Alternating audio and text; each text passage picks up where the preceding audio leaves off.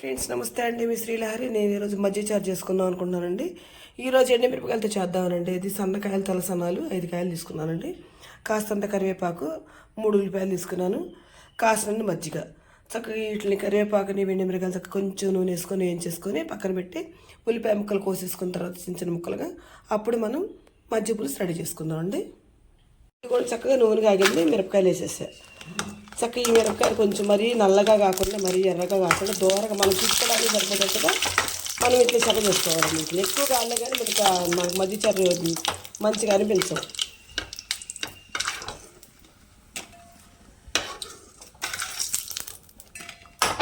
అవి కూడా అందులో వేసేసుకున్నాం వాటిని. నెక్స్ట్ మనం కరివేపాకు వేసి తెగదేద్దాం. కరివేపాకు కూడా చాలా మంచిగా ఉంటుంది ఆరోగ్యానికి.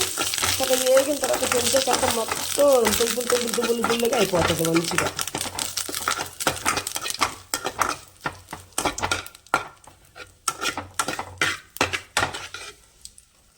దీన్ని కూడా ఆ బౌల్లో వేసేస్తాం. కొంచెం ఆరిన తర్వాత దాన్ని మనం గల్లుప్పును పసుపు వేసి చక్కగా మంచిగా మెదుగ్గా మెత్తగా అయ్యేటట్టు పిసికేయాలి చేతితో. పిసికితేనే చక్కగా అది బయటకు వస్తుంది ఆ కారం అనేది మిరపకాయల నుంచి. ఇప్పుడు ఏం చేద్దామంటే ఉల్లిపాయలు కడిగేసి ముక్కలు కోసుకొద్దామండి. ఇది కూడా చక్కగా బౌల్ వేసినగా ఎండుమిరగాయలు కరివేపాకు చక్కగా ఉల్లిపాయలు చిన్న చిన్న ముక్కలుగా కోసాను. ఇదిగోండి కల్లుప్పు, పసుపు, ఒక్క రవంత మెంతిపిండి, మజ్జిగ. ఇప్పుడు మనం పసుపు వేసేద్దాం. మళ్ళీ వేసి రావాలిగా గల్లుప్పు, కొద్దంతా సువాసన కోసం మెంతిపిండి. ఇప్పుడు చక్క మంచిగా పిసికేద్దాం.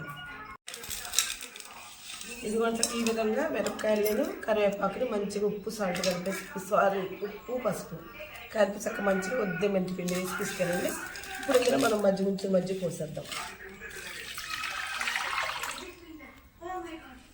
ఇదిగోండి కొద్దిగా పెరుగు కూడా కొద్దిగా వాటర్ పోసుకోవచ్చు, తర్వాత పోస్తాను.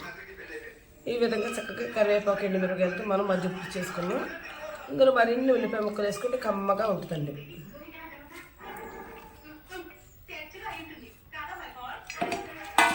అన్నీ ఎక్కువ ఉల్లిపాయ ముక్కలు ఉన్నాయనుకోండి, పుల్లగా చక్కగా ఈ మజ్జిగ పులుసులు ఉప్పు ముక్కలు పడితే చాలా టేస్టీగా ఉంటుందండి, మంచిగా ఉంటుందండి. ఇది కూడా నేనైతే మజ్జిగ పులుసు ఈ విధంగా చేసుకున్నా.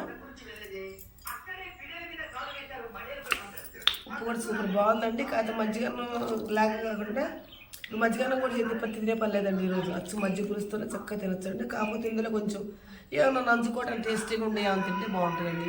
అది ఏమంటారు పకోడీలని, చెకోడీలని, ఒడియాలని, చల్లమిరపకాయలని చక్కగా అన్నీ చక్కగా ఈ విధంగా నంచుకొని తింటే సూపర్ అనిపిస్తాయండి. నేనైతే మజ్జిగ పులుసు ఈ విధంగా చేసుకుంటానండి.